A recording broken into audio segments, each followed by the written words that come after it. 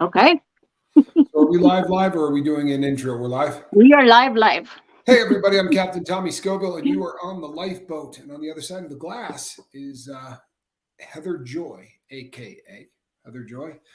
So today, Heather and I were talking after she did the morning show, and she said, I have a show that I would like to do with some medical, Heather's medically trained. So there were some things that she wanted to talk about that her medical training is germane to. And she said, "What are you planning on doing tonight?" And I said, "I'm going to talk about methadone versus buprenorphine and versus the new version of buprenorphine called Sublocade." And that was what she was working on. So we thought, you know what? It doesn't make a lot of sense for us to try to do two of these. So we're going to tag team this baby. And I've got the screen set up a little funky. So if I'm looking over here, it's because I'm reading the comments. Which I'd like to do as much as possible today. I wish I could make that a little bigger, but I can't. So I guess that's what we'll be working with. We've got a new guy. I've never seen his name before. Todd Hickox. He's Todd, saying welcome to the boat. Do you know who that is? Or I don't know. I'm excited to see new people. Bad at this. Honestly, I've gotten really, really bad at this. And every time I say, I know I've never welcomed you to the lifeboat before, I've welcomed them to the lifeboat, and it just makes me look even more doltish. So if we've welcomed you, welcome again. Yeah, we're glad you're here. Really Todd says I am too. Well, I'm glad that you're here, Todd. Welcome to the boat. So if I could do a bit of an intro here, I will preface this by saying a couple of things. Number one, I have done a ton of methadone. I've done it legally and illegally in ridiculous quantities. I have attended clinics, methadone clinics in several states. I also had a prescription for methadone that was given to me by you know what? Let's see here. Why is that doing that? Let's see if I'm plugged in. I am. I don't know what's going on. I had been given a prescription for about 300 milligrams a day, which I took for a while, but I've done it with a doctor giving you the prescription for it as a pain, management drug, and then as cessation, treatment for opiate use disorder. And I've kind of gone down the road. And Heather was asking me what I thought the differences between buprenorphine and dalphine, right? Dalphine, which is methadone. And the big thing for me is that how it's given out. One of the biggest problems is that methadone is given out through methadone clinics, and methadone clinics traditionally will open at 5 o'clock in the morning, and they will stay open until noon. And what happens is you go and you get online and you walk up to a counter where a nurse looks up your name on a computer, sees what your dose is, and there's a little pump, and she pumps this cherry flavored liquid into I remember the pump. Yeah, a small little cup that seals like a has a safety seal on it so that your kids can't get at it. And the you either shoot it right there, or if it's the weekend, they will give you your Saturday and Sunday dose to take home. It's the take home dose because they're never open on Saturday and Sunday. The longer you go to the clinic and the more you test clean for anything but methadone, the better a chance that they give you a longer dose of take home doses. So you get to a point where you have to show up with a lockbox, and you go in and they put 7 days in the lockbox, you lock it, you walk out and go home, and you don't have to come back for a week. If you then pass drug tests for another month or two based on that model, taking randoms, then they will take you up to the 1 month. And in theory, you can get to a point where you're taking 6 months worth of take-home doses home at a time.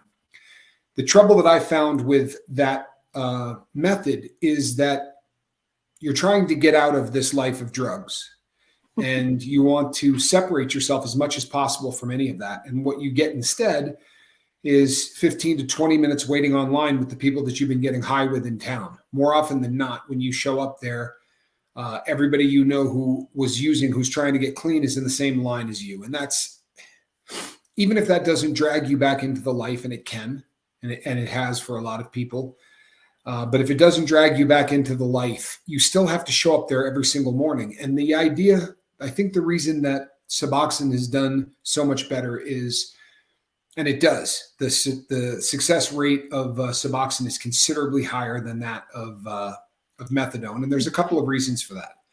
One is that you don't have to show up there every day. All of a sudden, you're trusted. Here's 30 days worth of Suboxone, take it home.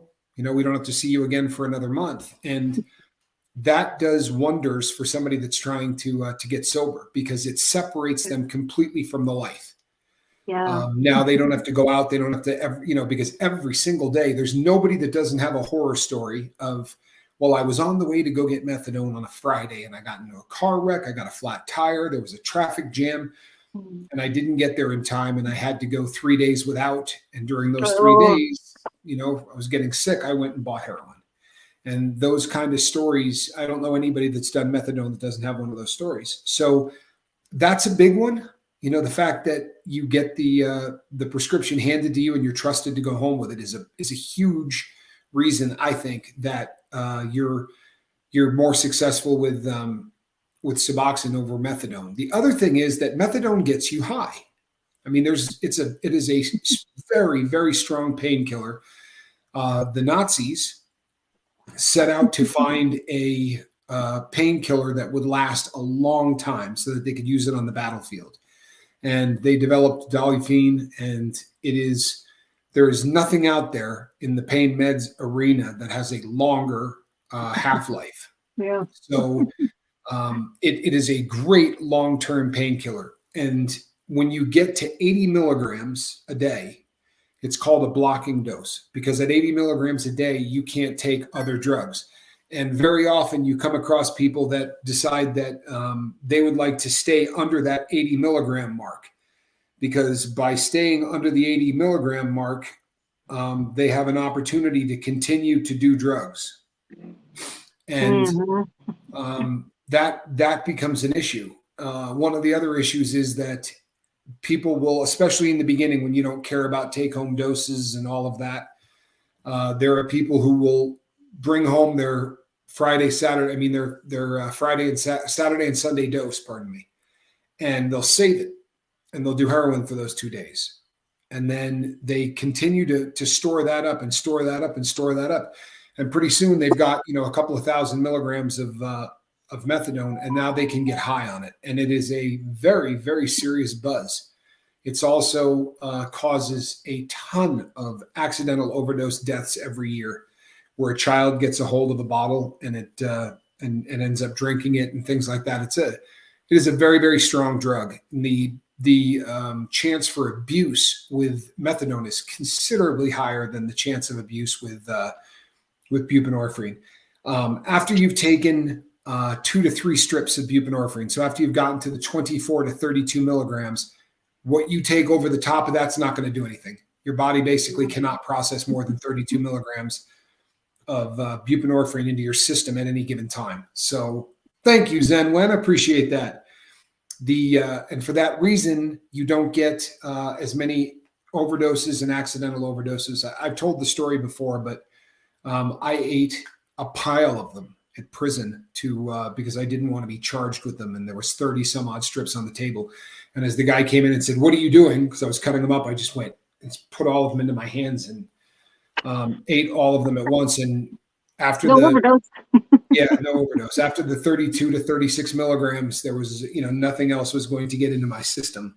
And they actually brought me to a hospital because they didn't believe that. And oh, really? Wanting them to pump my stomach and do the activated charcoal and all that. And the doctor, said, "What did you take?" And I told them, and they kept saying, "Don't lie to me. What was it?" And I was like, "Oh no, strips of Suboxone. I'm telling you the truth." And although I was feeling it because 36 was a high dose, but anything over that 36 is, was pretty much a non-issue. There's also the stigma of the building of the process. Going to a methadone clinic, you end up looking at all of the people around you. And my bobbleheaded partner talked about this, and also Rip Curl Readiness talked about this in one of the interviews. But when you show up there, you have a counselor, and the counselor sits you down, and it's very adversarial.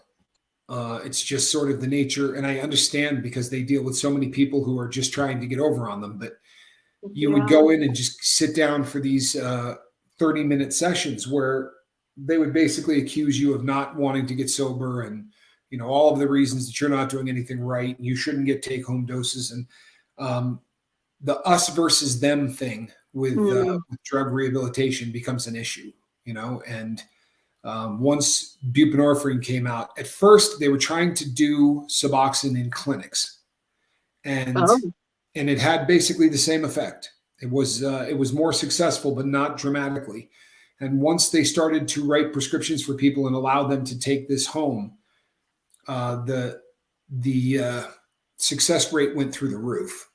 And recently, Sublocade is now the new drug on the market, and Sublocade is just a very, very high dose of buprenorphine, and it is a high dose of buprenorphine that is injected into the fat of your stomach, much like you would do if you were taking a shot of insulin. And you don't have to come back for 30 days, but the half-life is 30 to 60. So there are people who only go once every 2 months. The problem with Sublocade is really kind of twofold. Hold on one second. Oh man, Mr. Ray, that's awesome. It really is. That's awesome. Welcome. I'm glad that you're here. I really am. So the one of the things with Sublocade, there's two problems as I see it. Number one is one size fits all. So if you say I'm on 7 milligrams of, 8 milligrams of Suboxone, I do 1 strip a day, and I would like to get off of Suboxone, they will make sure that the idea behind Sublocade is pretty simple. The reason that Sublocade has success is because the fact that they inject you means that you don't get up every morning and put a strip under your tongue. For some people, I don't notice anything with Suboxone. I don't get a rush or a feeling of relaxation or anything 30 minutes after I take it. But for some people, they do, and they begin to get into that mindset of, oh, I got to get my dose. I've said on here before, I am forever forgetting my dose. But some people live for that next dose. And for them, Sublocade is a great way to forget that. It's sort of the next cycle, because now, instead of having something you do every single morning that reminds you that you're a drug addict, you get a shot. And for 30 days, you have nothing to worry about. You don't have to think about it. But the problem is, if you go in and say, I only do 1 strip of Suboxone a day, and I'd like to go to, well, you can't do that.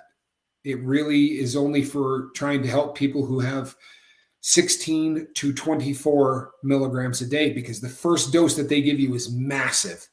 So if you're only taking an 8 milligram strip, or you're taking even worse, let's say you're doing what I'm doing and you're taking a half a strip, so you're doing 4 milligrams, I'm just not a candidate for Sublocade, because in order to do that, I would have to up my dose, which makes absolutely no sense to me. That's the one problem. The second problem is it is $2,000. And $2,000 a shot is a real serious problem for a lot of people. Why is my hold on one second. I was actually looking into that today, the Sublocade, and I was looking for a physician that does it here, just because I had been reading about it, and it was talking about how it was helpful for chronic pain. I actually called, I found a doctor about an hour from me, but he'd never heard of them using it for just chronic pain, And I said, Well, well, I told him my history and everything, but he was like, I don't think that's going to work very well. It's okay. But you I know, check. Heather, sadly, the doctors that prescribe Suboxone or buprenorphine or any of those cessation drugs are not, and I'm not trying to be cruel or say I'm smart because I'm not, but they're not really well educated on what the stuff is. And they get Yeah. this very sort of myopic tunnel vision kind of thing that this is for getting off opiates. Hmm. It was invented as a painkiller. So Yeah. Sublocade is a very very heavy dose of a painkiller that they're going to bleed out to you over a very short period of, I mean, over a very long period of time. Yeah. And there are people who are having a lot of success with Sublocade as a pain medication. But you're going to have to, excuse me, you're going to have to find a doctor that is That that knows thinks outside about the, it. that thinks outside the box. One of the other things you're hearing is that there are doctors who are, they call it cut and paste. Cut and paste is you go in there, this is the dose, this is what you're getting. Don't talk to me about something else, right? This is what's happening. Then there are doctors who will say, so you're only taking 14 milligrams or you're taking 8 milligrams or 16 rather. So here's what I'm going to do. I'm just going to take this thing and I'm going to shoot half of it out and then I will inject you with it. But that requires a doctor that thinks outside the box. And it's difficult to find those doctors, sadly. And the other thing is just the price. There's a Yeah. lot of research. Yeah, $2,000, right? Yeah. I was on the phone with my insurance company all morning just trying to see if it would be a possibility. It was, yeah, that's a lot of money. Did they freak out when you told them what you were trying to get? They were kind of, yeah. Yeah, I think they're sick of me anyway, because I'm always bothering them about something. well, and I'm sure that you're not a cheap patient, but the No. the trouble is, as much as we want to hate big pharma, and I do, I'm not a big pharma fan, but the problem is that there is a lot of research and development that goes into this stuff, and in order to recoup that research and development, they get a period of time that is determined by the Food and Drug Administration for how long they're allowed to sell this product in name brand form before there can be any generics. And obviously there was a lot of R&D that went into this, or at least they convinced them that there was, because $2,000 a month is, exorbitant, and you're taxing people that can't afford it. Yeah. That's one of the worst problems with it. But they're having a lot of success. Hello, Warden. They're having even more success with this than they're having with Suboxone. And I think the reason is you eliminate all of the ritual. No matter how much you don't want it to be a ritual or how much you don't want to think about it. When I put the strip under my tongue, although I don't feel anything from the drug, I definitely feel something from the reward center. Like the reward center tastes that orange and I get this feeling of peace. And it's just, that reward center telling me that I'm doing the right thing. And if you can eliminate that, obviously you're in much better shape. But Yeah. $2,000 a month is going to be something that, is going to be prohibitive. It's going to be Yeah. and Extremely. and to find, I mean, there are clinics right now that are giving people Sublocade and they're getting grants from the government. The good news is that the grants for the government could cover everybody in the country. There's that much money out there. But getting a clinic that is willing to do the paperwork, it's not that the money won't be handed to them. It's that they will have to fill out an Encyclopedia Britannica, Yeah. size thing of papers for each and every patient. And most people just don't want to deal with that. Sadly, our government has become really bogged down in paperwork. And, and it's one of those things that is absolutely keeping people from doing something that probably would really be a benefit. I have high hopes for Sublocade. I think once it gets to a generic, because usually the way it goes is if it's $2,000 a month right now, when it goes to generic, it'll probably be 10. As crazy as that sounds, it has anytime you're seeing those ridiculous prices, like when OxyContin first came out, and it was $1 a milligram. So if you were getting an OxyContin 80, they were billing an insurance company $80 for one pill. And once it went to generic, it was $4 or $5 a pill. The difference was just so dramatic. So I think that those days are coming. And we're going to get a chance to see. We're going to get a chance to see that really, really benefit people. But until that happens, and if you Google right now, generic, you're going to come up with something. It's got a bunch of initials and some numbers, and it had been tested and it was about to hit the market. And then I don't know what happened, because it's almost a year and a half ago and no one's talking about it. So I don't know whether it didn't get through the final, test phases or whatever. But even if they just decide to maybe go with a much different dose, if you take Sublocade, the first injection is 300 milligrams of the drug, and it's bled out over the course of a month. For after that first 300, from then on in, it's 100. And the people that are in the recovery community are saying we need something that's 150 and then 75. The way that people are using this, without having to get doctors to give you a half a shot or do whatever, is that they don't come in on day 30 for the next shot. They might go in on day 45, or they might go in on day 60, or whatever the case may be. But once again, you have to have a doctor that says, okay, I understand. There are a lot of doctors out there that are going to view that as you're trying to figure out a way to get over on this so that you can still use. And that's something that, whether you're on methadone or you're on something else, that's just something that you're going to have to deal with, because, and I understand where they're coming from. We're not known for our honesty while we're still we do everything we can to sort of to work that over, but I'm definitely a proponent of Suboxone when you compare it to methadone. And one of the other reasons is that I've been in this life a long, long time now. And the number of people that I have met who have successfully got off of methadone, I've met them, they're out there, but they're very small numbers. And in my experience, I went to a methadone clinic for 2 years, and my dose was just under 300 milligrams a month, which was about the most that they could give you at the time. And after being in there about 5 months, I said, I'd like to start titrating down, so that in the future I can get off this. And they just did everything in their power to talk me out of it. Like I had to get vulgar to get to a point where I could get them to take me down at all. And I said, I'd like to drop maybe 20 milligrams a week.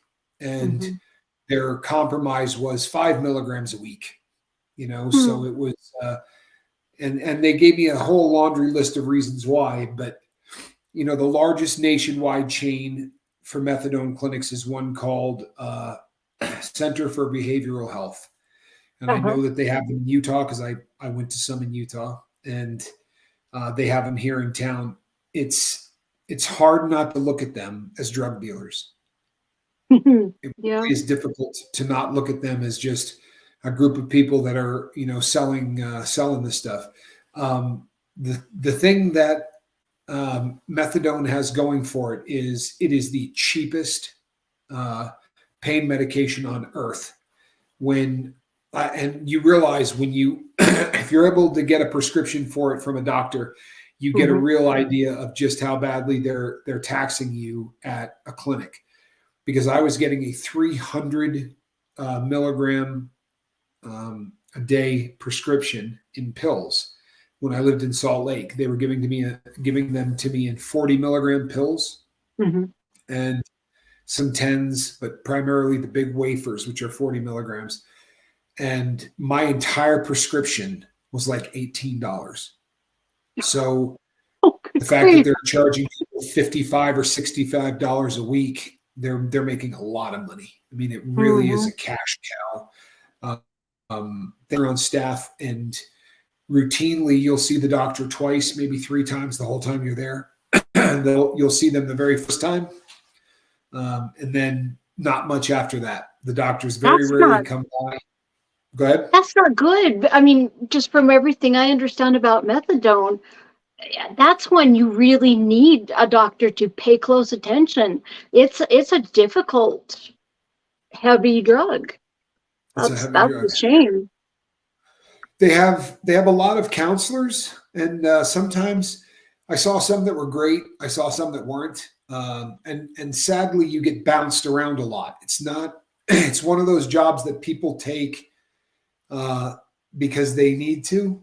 Hmm. You can get clinical time toward a degree or toward anything else by working as a counselor, a drug counselor at a methadone clinic, and they're able to pay these people very little money because attached to them is this, that they're getting hours toward whatever they need. But right around the time you're getting used to being honest to one, they replace it. In the two Uh, and a half years, or one and a half, just under 2 years, I was there, and I probably had 9 counselors, Good and grief. that's Now that's this is yeah. not health care. It just No, isn't. That's no, just it really isn't. And it comes across that way. The interview that we did with Rip Curl Readiness really kind of summed it up. He had um, really I didn't see that. I'm gonna sort have to of go look that up and watch yeah, it. yeah. It's absolutely worth seeing. He did like two shows on it, and he talked about what it was like going to a methadone clinic, and Mark Wages did the same thing. The methadone clinic is, you can end up sounding like an elitist, and I'll just say it anyway. But I was working at an office and making a lot of money, and you would drive down there, and half of the people online are wearing pajamas, and they're carrying children, and they've got 4 and 5 year old kids with them they have a little corner section with some toys, and the kids are Mhm. over there playing and running around, and it's one of those things that just really reminds you that you're a drug addict, and it's Yeah. yeah, and it's just from the mind standpoint, it's a really really difficult thing to cope with.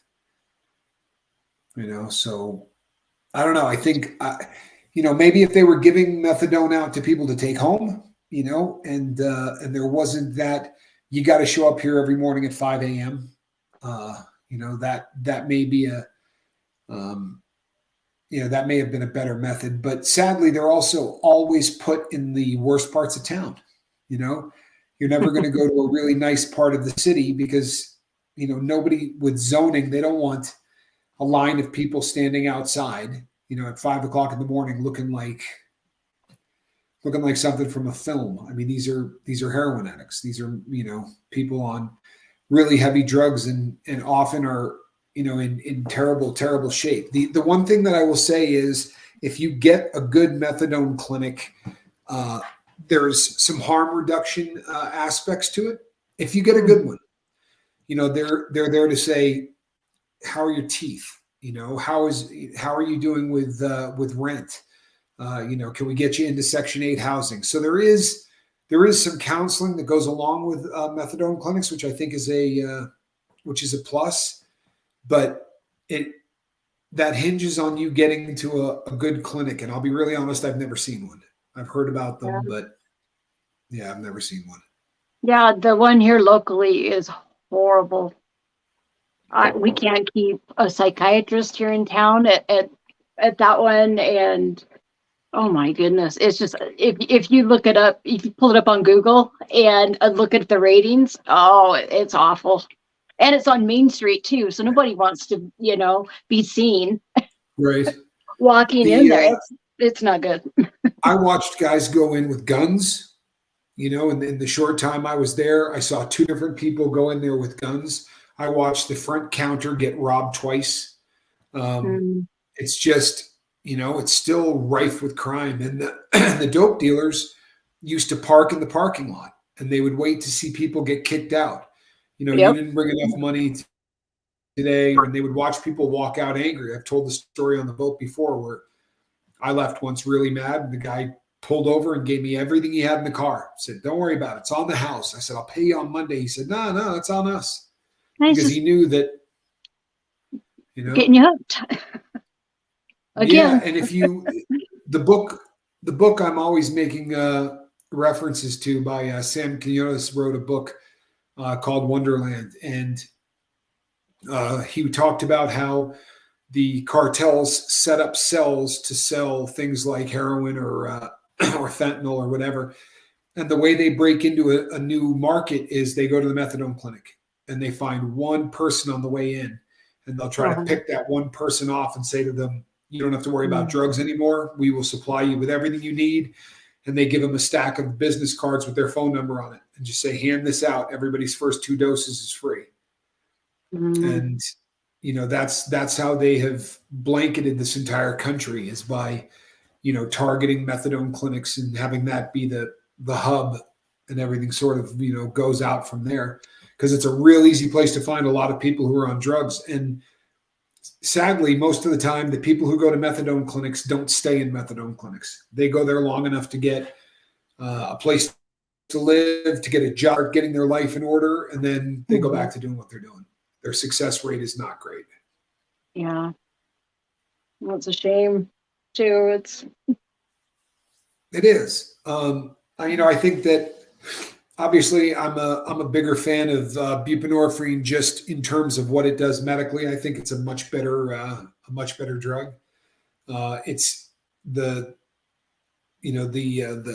the chance for abuse is so much lower. Yeah, That if you give Suboxone to someone that's never done it, they're going to get really high. That's the nature of any of the drugs that are synthetic opiates. Even if they're partial agonists or antagonists, whatever, they're going to get someone that's never done it before is going to get really high. You give somebody that's never done uh, methadone, and there are so many people that die from it every year. It's a drug. It's a very, very heavy drug. It's not, there's no partial anything. It's just a straight opiate, and it's a very, yeah. very strong one. When you go in, the procedure when you first go to a methadone clinic, uh, you go in and you fill out your paperwork, and usually the person is sick as hell, right? They can barely hold a pen. They're in Yeah. full blown withdrawal, and what they do is they write you, they get you up to the counter, and they give you 40 milligrams, which is the most that they will give you. And then they make you sit there and wait, because if you're somebody that's trying to work them, because there are people who do this, there are people that will fake having an opiate dependency so that they can go in there and start to get take home doses that they can sell, because the stuff is quite valuable on the street, Yeah. especially if you can get it in pills. Um, the The, wafers are huge. They look like yeah, that a you just put under your Alka-Seltzer. tongue and Yeah, you try to cheek them, and there's quite a bit of that goes on. But they wait to see if the 40 milligrams is going to knock you unconscious, and if it doesn't at all, then they're willing to take you up. They will let you leave on 80, and then they will take you up 20 milligrams a day until you get to the Mhm. dose that that they feel you need.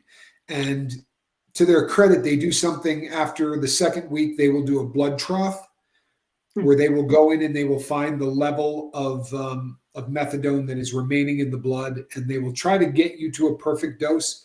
In a perfect world, they don't want you wasted, right? But um, they don't want you to be feeling any of the draw of your drug of choice. So, Yeah. but I have watched many people struggle with with that substance, and I've watched people die on methadone, and I don't mean overdosing, but people that just did it every day until that was the end of their life. And the odds of getting off of Suboxone are pretty good. The odds of getting off of methadone are not. Yeah. Once you get sort of trapped into that system, you're in it for life. One of the big problems with methadone is it is a fat soluble drug. So it's stored in your adipose tissue, in your fat. And that's what makes it so difficult to work with as far as getting the right dose. You've got to have a physician who knows what he's doing and has had plenty of experience with it, and it takes a lot of time if it's done properly. It's a difficult one. And I I've never seen anybody that was ever able to come off of methadone, that stayed on it. It's a difficult drug. And God forbid you wind up screwing up and getting incarcerated or getting somewhere where you're going to have to cold turkey quit that because of picture. So you take 200 and call it 200 for easy math. You take 200 milligrams, and the second day you still have 200 milligrams in your body, right? The half-life isn't going to start kicking in until after 72 hours. So you take 200 on Monday, 200 on Tuesday, 200 on Wednesday, 200 on Thursday, and 3 months in, you have thousands of this milligrams of this stuff in your body.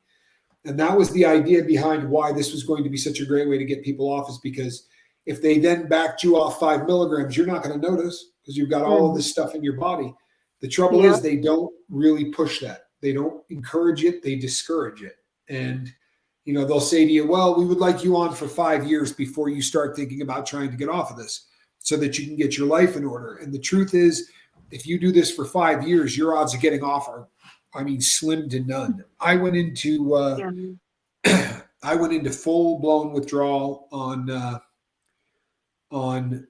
methadone, and at the time, someone had stolen gallons of it, and we had bottles of the stuff at my house, and we were actually drinking this stuff out of wine glasses, like we weren't doing it to try to stay sober. We were doing it to get high. And we were getting high, nodding out, and just like really, really getting high.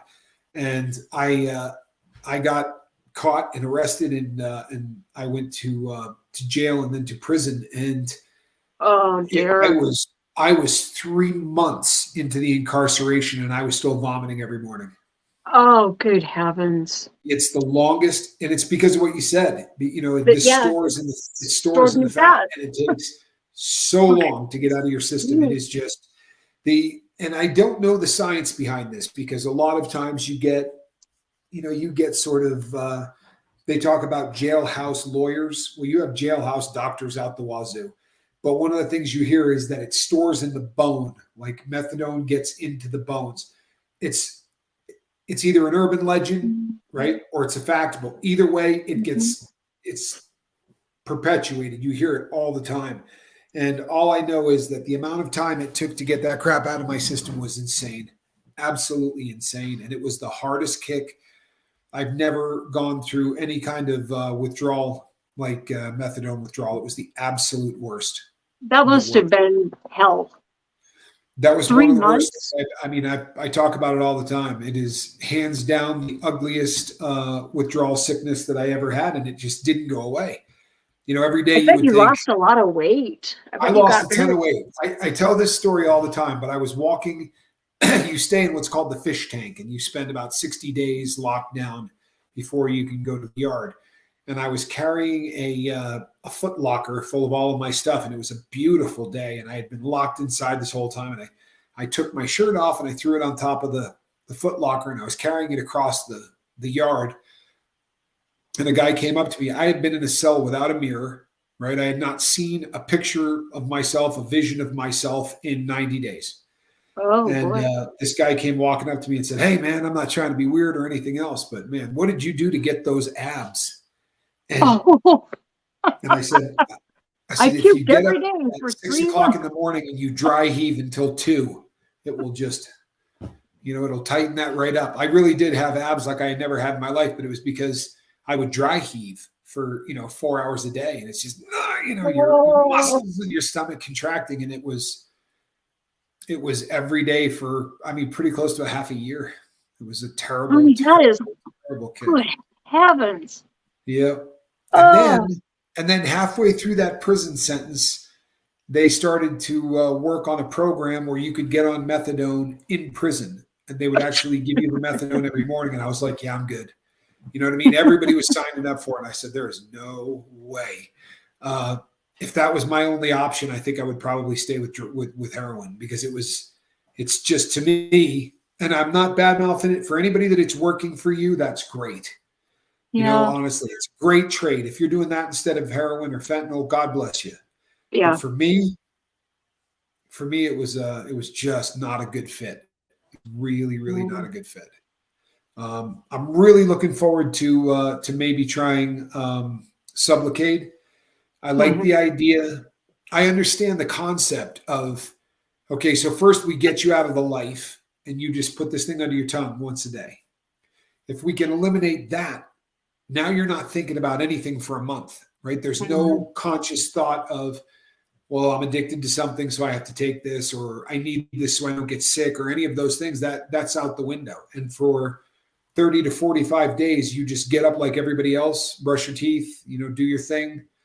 Um, and I don't know, I've been reading about this a lot because I'm fascinated by Sublocade, but the people who really seem to push it are people that say, well, it's going to get rid of the highs and lows, because when you take the strip of Suboxone, you're going to get that little rush, or that little, I don't get that. Like, I don't get anything. I don't get tired. I don't get relaxed. I notice nothing Yeah. from I from only Suboxone. noticed it the very first time I tried it. Oh, yeah. Let me Just, rephrase that. yeah. You absolutely will notice it the first time. Yeah, you will notice it the Yeah. It first time. doesn't, I think it takes, 3 days, and you And won't you're notice gone. it after that. Yep. Yep. And again, all bets are off if you're not an opiate addict, right? If you've never been addicted to opiates, then any of these drugs are going to wreck you. Like, I cannot imagine, if you went in and you did not have an opiate dependency disorder, and they gave you a shot of Sublocade, you would spend 30 days just absolutely destroyed. You wouldn't be able to move, you know? Yeah. It's such a bizarre substance. Trying to explain this to people that don't get it, um, because I talked, like, these twins that I talked to the other day. I brought up Suboxone, and I said, does anyone ever talk to you about this? And the kid said, oh, no, but I did it freshman year. He's like, man, I got so high on that stuff. And you could hear, like, in his voice, he's still a drug addict. He's trying to get clean. He wants to get clean, but he's still a drug addict. And there was this excitement in his voice that I could do that stuff every day, And I said to him, Oh, it's not going to do to you the what it did that time is never going to happen to you again. Now you have opiate use disorder. You're not going to feel this anymore. yeah. It really is a different. It has such a different effect on people who are in the life. You don't feel anything, and that's another thing that I think doctors need to do better at.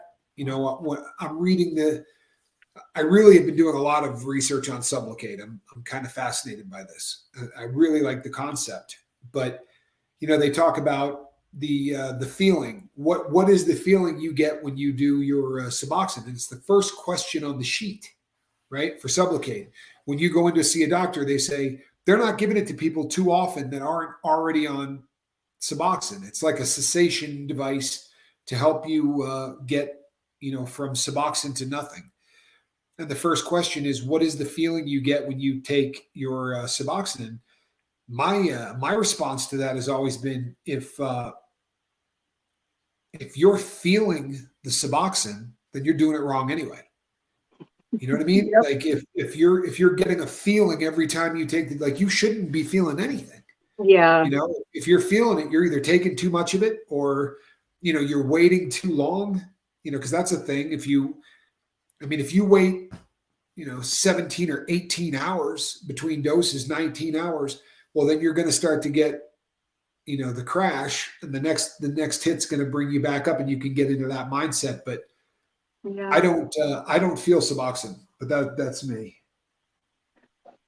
I don't, I think that people that are using it for opioid substance abuse, or, what is it? Opioid use disorder. Strung out. Yeah. They, And now I can't remember what I was going to say. Good grief. Oh, man. Happens to the best of us. But, you know, at least here's the thing. At least now there are options. And I think that that's huge because this is a this is a really complex issue. Opiate use dependency disorder. Opiate dependency disorder, opiate use dependency. Doing too much opiates is an issue, and it's probably the biggest issue in drugs in the country today. So having multiple ways, you know, to treat this medically, I think is a great thing. And you know, Bubba just said he's got a friend that's, you know, been on methadone forever, and he swears by it. For those people who anything is working, God bless you, and keep doing what you're doing. If it's working for you, and I kind of feel that, you know, the reason that I want Sublocade is I would like to eventually stop taking.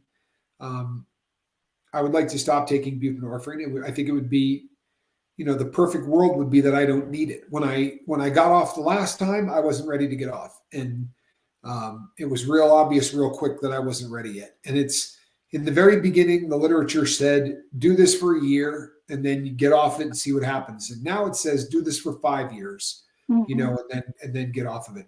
The complaints that people have with Suboxone is that it rots your teeth. There's a lot that you hear about that. It's not true though. I don't see it. It's a myth. I think it's a myth too. And I think what happens is this: when you're doing dope every day and you're in the life, you're rotting the crap out of your teeth, but you don't care. All of a sudden now you're caring and you're looking at all of these things. And if you don't do some stuff to get that worked on, I was inside when I quit, and it was the first thing I did was go down and try to get all of the damage I had done to my grill fixed. But I'm not seeing anything from the Suboxone. Now, I have not been on it as long as you know, a lot of people have, but that's one of the real complaints. The other complaint is that you lose peak emotions. So you don't get really, really angry. You don't get really, really sad. You don't get really, really happy. That it's almost kind of like a Prozac effect where you're just. I was going to say, it sounds like lithium or something, you know? Right? That would be another good example, right? Where it just keeps you sort of in that middle ground. But if you've been on the lifeboat for any length of time, you've watched me. I don't have a problem with emotions. I should say I have tons of problems with emotions, but I don't have a problem with emotions. Like I can reach the highs, I can reach the lows. So again, I don't seem to. I don't seem to have the problems that people complain about. I think a lot of it, to be really honest, is that if something gets in your head, you know, then you start to look for it and you start to, you know, any of these things. They also talk about, not to get super personal into everybody's business, but they also talk about sexual disorders that arise from this, where your libido is considerably lower. You're not nearly as amorous as you were. And I think that, you know, that's a tough one because what are you comparing it to? Do you understand what I mean by that?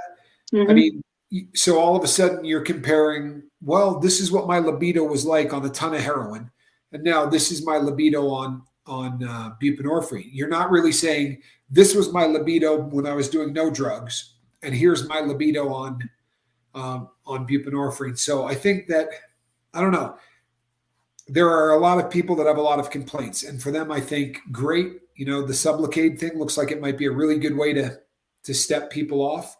I don't like the cut and paste thing. I wish that it was something that a doctor could really tailor to each individual patient that comes in. I think that would be ideally that's how it should be, really, you know. I agree. Yeah. But I think that, sadly, the education that doctors have gotten on medical assisted treatment is lacking. It really is. I've sat down so many times with doctors who have gone through the entire process of being educated in medical assisted treatment. And the first time I ever sat down with one, and he said to me, well, how much how much were you doing at the peak of your use? And I said, about 7 grams a day, of heroin. So on there were days I probably did 10, but I was pretty consistently doing about 7 a day. And he said to me, "Oh, you're going to need 6 or 7 strips." And I went, "Huh?" I'm like, 6 strips? I'm like, anything over 4 isn't going to do anything. And he goes, "What do you mean?" And I It thought, has a ceiling effect, where you can only take so much, and then it you're just doesn't. paying it out. Your receptors are already they're already bound Saturate. to the drug, all of them, and so you're not going to get any more, and that's a good thing, Right? that's But to protection hear a from doctor say that, I thought to myself, you went through this training, and now that we've had enough years to really study this, there are a large number of doctors out there that say 2 strips, you're not getting any more than that, because there's a diminished, you get to a point where you're not getting enough help out of it, and you're getting all of the adverse side effects of being on 24 or 32 doesn't pay off. In fact, all it's going to do is start to give you problems, but it's not going to give you any more solution, because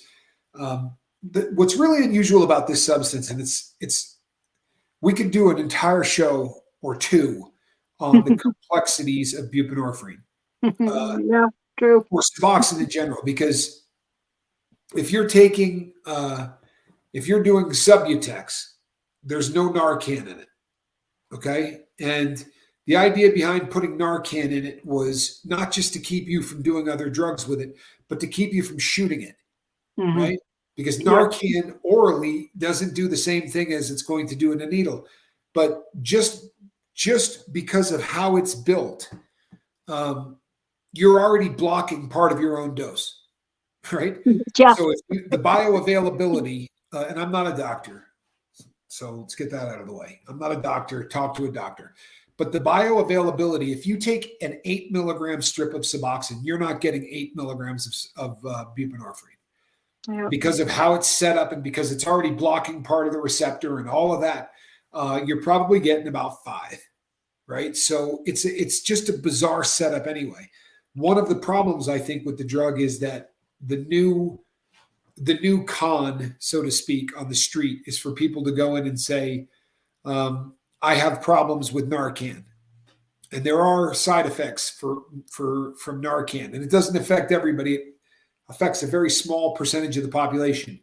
But drug addicts, being drug addicts, know that if they can go in and talk the doctor into the fact that they don't do well with naloxone, then the doctor is going to write them a prescription for Subutex instead of Suboxone.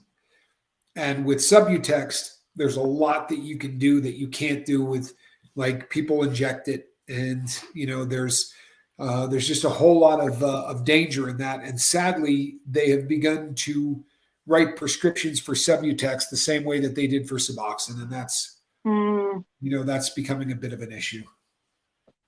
That's a shame, because I know, you addicts, we're really smart at being sneaky and getting what we want when we want it. It's a shame. It is. And then it ruins it for the people who are sincerely trying to, get the help. Boy. It is kind of the nature of the beast, though. Yeah. I was just looking through all the notes I'd made. I was listening to that Dr. B a lot today. He's a very talented man. Yeah, just the way he was explaining everything that goes into trying to titrate a methadone dose. I mean, you really have got to have some skill and some serious experience to know what you're doing that way, and he does. But it's, I honestly, after looking at both drugs, if one of my kids ended up addicted, I would want them to be on the Suboxone rather than the Methadone, Well, personally, I think that's but how most but people in the it's know probably feel the same way. Tommy Bird makes a good point. Tommy Bird said, I've seen people shoot Suboxone, and they absolutely can. In prison, almost everybody that does Suboxone does it in a needle, but they have oh nothing else really? in their system. You follow Yeah. me? There's nothing else in the system. If you were to if you were to take Suboxone and inject it while you already had other stuff in your system, you would be in a world of hurt, right? So it keeps people from doing it on the street. In prison, where the only drug they have in their body is buprenorphine, yeah, they can shoot it, and a lot of people do. And the scary thing is, or the sad thing is, it's right here, right? It's all about feeling the needle break their skin. It's all about the euphoric recall, and it's about just what we always talk about, how Mhm. the reward center of the brain feels that breaking of the skin, and they get something out of that because, truthfully, to inject Suboxone, the bioavailability will be less than if you were to take it and put it under your tongue.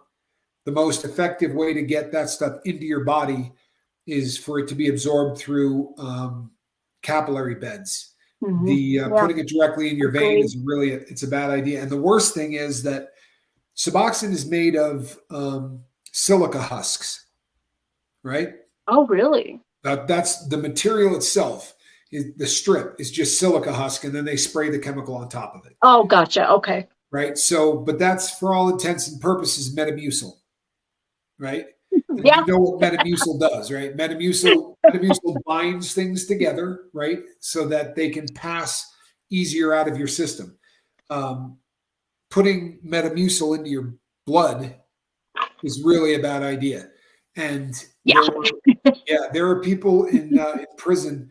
You know, usually people are getting such small amounts of it that it's a non-issue. But every once in a while, you'd see somebody that was shooting it that he was the local dealer, and he might have 40 strips or 50 strips, and he was Hmm. shooting large amounts of it, and it becomes a thing. It can do damage if you get too much of it in your bloodstream. So it's not a great idea. Not a great idea. Yeah. Um, I'm just kind of looking through my notes here. I just want to make sure I don't miss any of the key things I wanted to talk about. Let's see. Oh, okay. I don't know if you heard the story, but do you know why heroin is called heroin? Um, Did you where hear they the got the story? name from? I know Yeah. that I know that Bear named it, but I don't know why they named it. It was I think it was in 1887 is when it was first Synthesized. produced, the heroin. And what they were trying to do was find a cough suppressant and a pain reliever that was less addicting than morphine. Oops.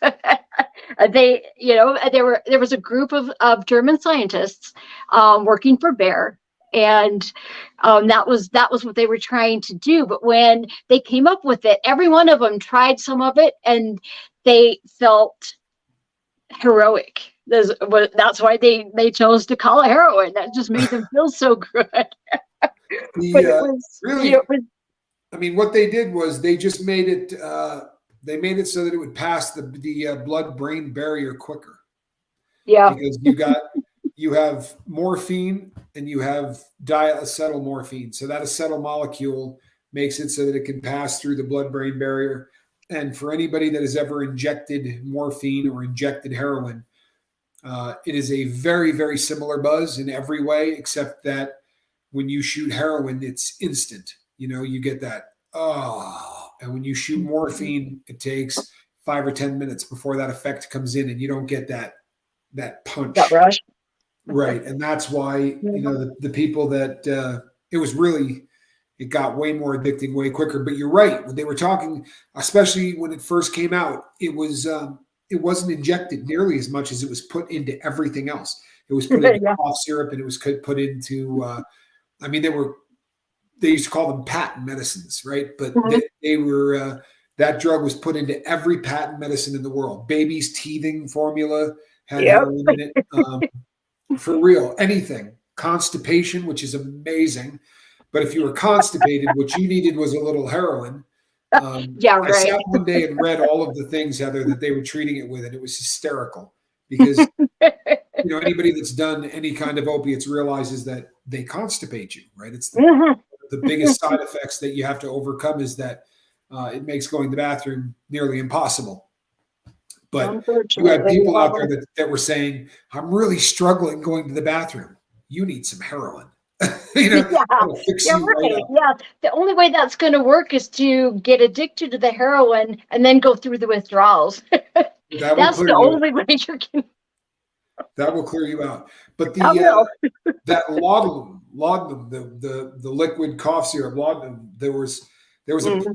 there was a point in this country where almost every housewife in America was addicted to it. I Yeah, mean, it was just so widely accepted. Everybody had a little bottle of it in their purse, and or even women that Paregoric weren't too addicted to was it took it on days another that they one. were having a bad time. Yeah.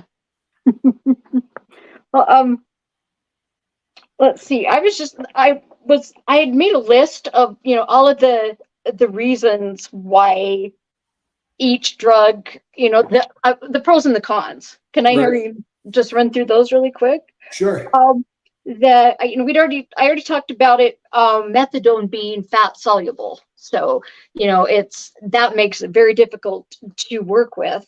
So it does take a long time to get the dose right, and you've got to escalate the doses too. So how is that going to help you to get off of it? It's a Especially very since long it's thing, building up and building up and building up because of the half-life. I Yep. mean, you get to a point where you have so much of it in your system that it's just astounding. It's kind of scary. It's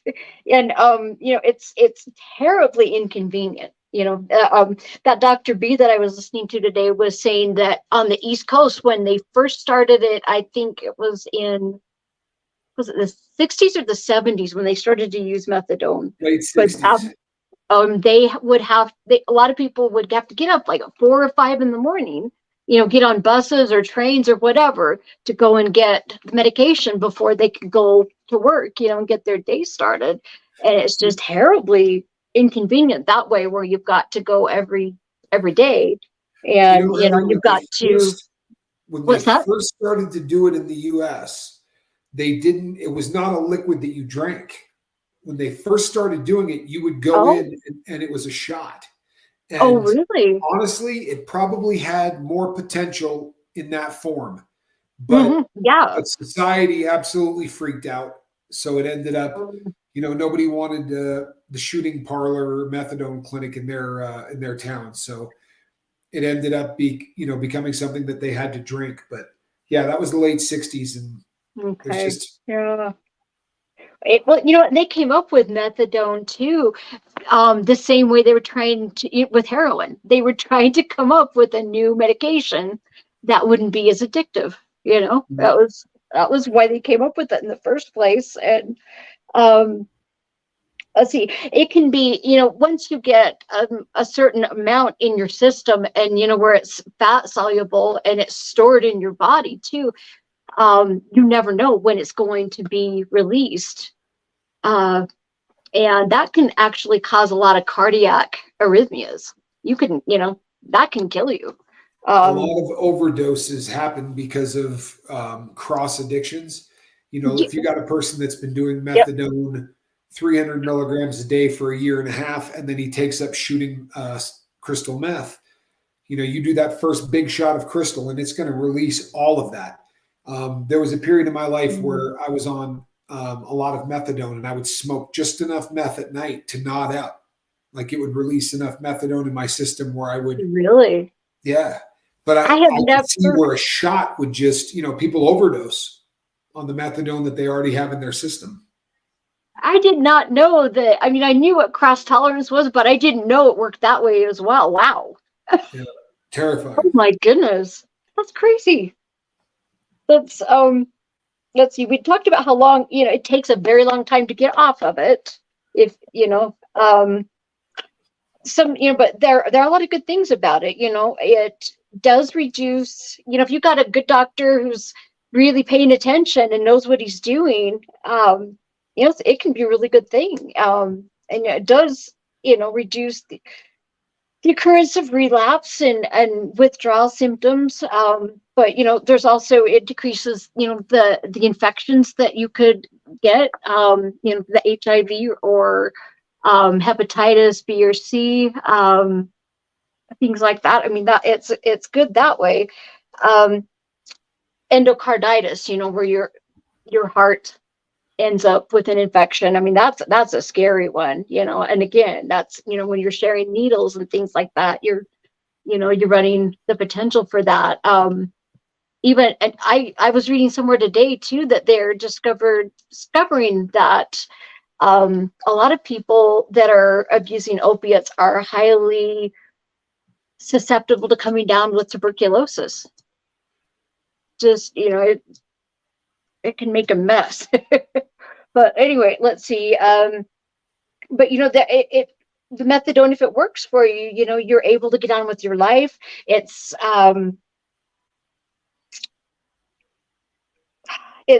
really useful. If you've got somebody who knows what they're doing, if it's well managed, it can be a good thing. And there are a Also, lot of myths if you've got Dr. B was talking about. if somebody is if the reason that somebody was doing dope in the first place was pain, methadone is a great painkiller. It's Yeah. 500 times better a painkiller than Suboxone is.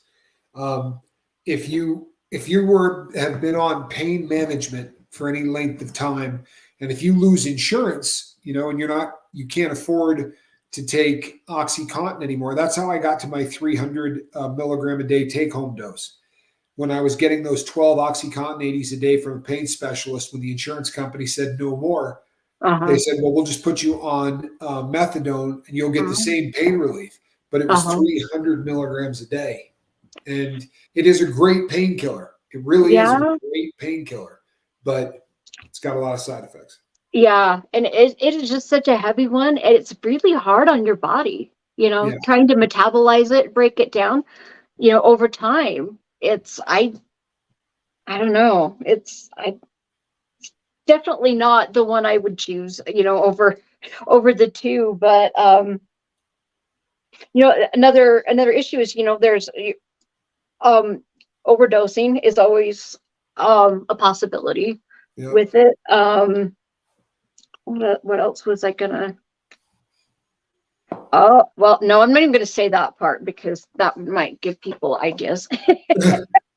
Never mind. Good call. Um, what the Yeah, a lot of, for both drugs, I've come across a lot of myths, like it rots your teeth or it's stored in your bones or it does this or it does that. And honestly, they're just myths, Yeah. like you were saying, if you get something stuck in your head, you get an idea. But it's, when you're in active addiction, you are not taking care of yourself. You're not eating properly, you're not sleeping, you're not taking care of yourself. And you know um you're not going to escape the consequences of that. Sooner or later it's going to catch up with you. It's, I these are false teeth, and I have to wear hearing aids, and it's just the consequences. It happens. um let's see. I'll run really fast through the buprenorphine. It's a synthetic antagonist, so it's just a partial agonist. It just partially um, stimulates. Mostly, I believe it's the mu receptors in Yeah. the body are the ones that The it receptors. works with. It does, affect like the, can't think of the other two, that, but it's mostly the mu that it affects. Instead of turning it on, it basically trickles all day instead of Yeah, flowing like it normally would. yeah. I like that, how you put that. That's, and usually with this one, there's no euphoria. If there is euphoria, it's only going to be within like the first 3 days that you're going to feel any of that. Um, you don't have to worry about, increasing the doses with this one. Um, it's very convenient and it's private. You don't have to go stand Private in a is huge. line, where people are going There's to. no overdose deaths. You know what I And, mean? I said no overdose deaths. oh In yeah, the U.S. every year we lose about 5,000 people a year to overdose deaths on methadone. 5,000 a yeah, year is the average. So that that's doesn't that's a surprise me. real thing you don't have to worry about once you start going the buprenorphine route. Yeah. Um, I had talked about the ceiling effect, after you get so much in your system, your receptors, are saturated. You're not going to get any higher. So, like you were just saying, that, it reduces deaths from overdosing. Um, and this one too, it's much easier to titrate it and get it just where you want it, except that from what you were just saying a little bit earlier, it sounds like they're doing the cut and paste thing now, and I don't like hearing that. Yeah. Because it is a lot easier to work with, um, to get the right dose. It's not stored in your adipose tissue either, so that makes it a lot easier, and predictable. It's much easier to get off of buprenorphine. Whatever form you use, it's a much easier to get completely off of that than it is the methadone. Um, it was interesting that Dr. B was, a lot of people, and I know I've heard this for years and years, where they will say that, methadone or the buprenorphine you're just trading one addiction for another. No, no, because if you think about the definition of addiction, it just doesn't fit. It doesn't, It, right? There's it no doesn't negative fit effect that anymore. you're there's no You negative know, effect.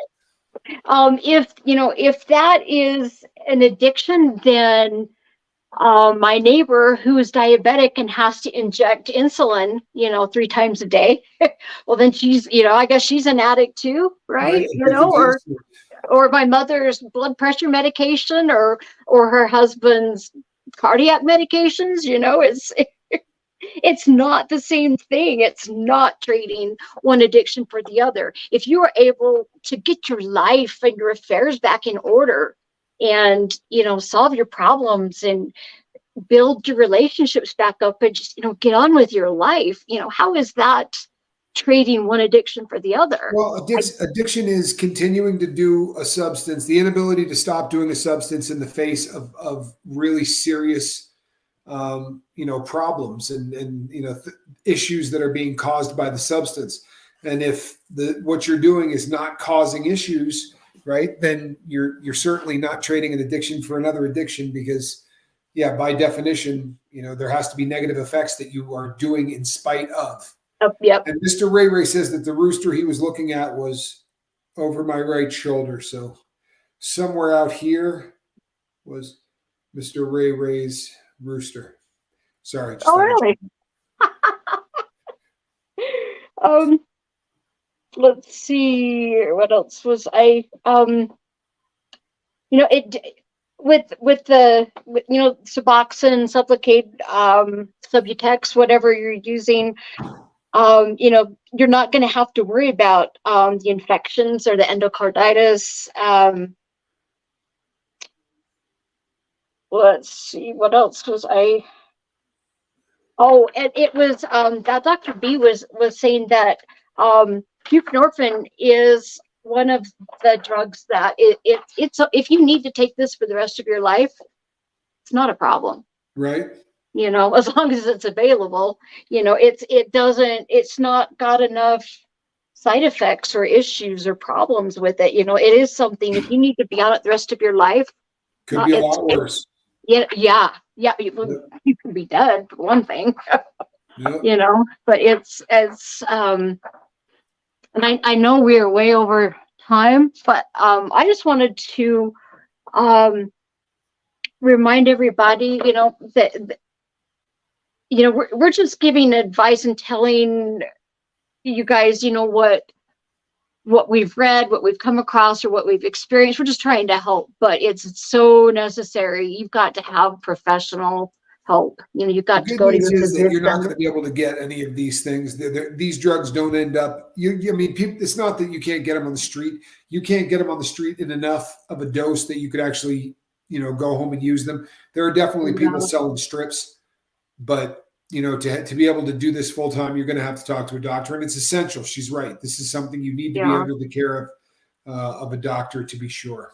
All right, then we should probably Oh, wrap this up before the big red button decides to bury it yeah. more than I just want usual, since they don't really one more like thing me. I just wanted to say, and I don't know why, I just feel like I need to say this. Be honest with your physician. Tell Always. them everything you are taking or doing or abusing, whatever. They deal with this all the time. And if you are not being honest, it's not going to help you at all. Wasting your And time. and not just all the things that you're taking, but all of the um Everything. any supplements or herbs or anything, because there can be a lot of serious interactions with some of them. So just please be honest with your doctor, please. Doctor and lawyer. Go ahead and lie to everybody else, but your doctor and your lawyer, you're probably better off telling them the truth. All righty, peeps. Heather, thank you so much. I appreciate you. I really do. Thank you for People, letting me bug you guys.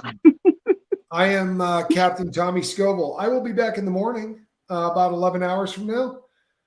As soon as I need the cat, she decides to stand up. All right, you're just going to have to get a cat. Aw. Hey. Chewing on my thumb, too. Can you see that? Cat is chewing on my thumb. This is a cat in a basket. What do you think, squirrel? Not having it? All right, then. She bit me again. All right, everybody. I am Tommy Scoville, and on the other side of the glass, a.k.a. Heather Joy. God bless. We'll see you all tomorrow. Yeah, have a good night, guys. Have a good night. Thanks, Thanks, Heather. Tommy.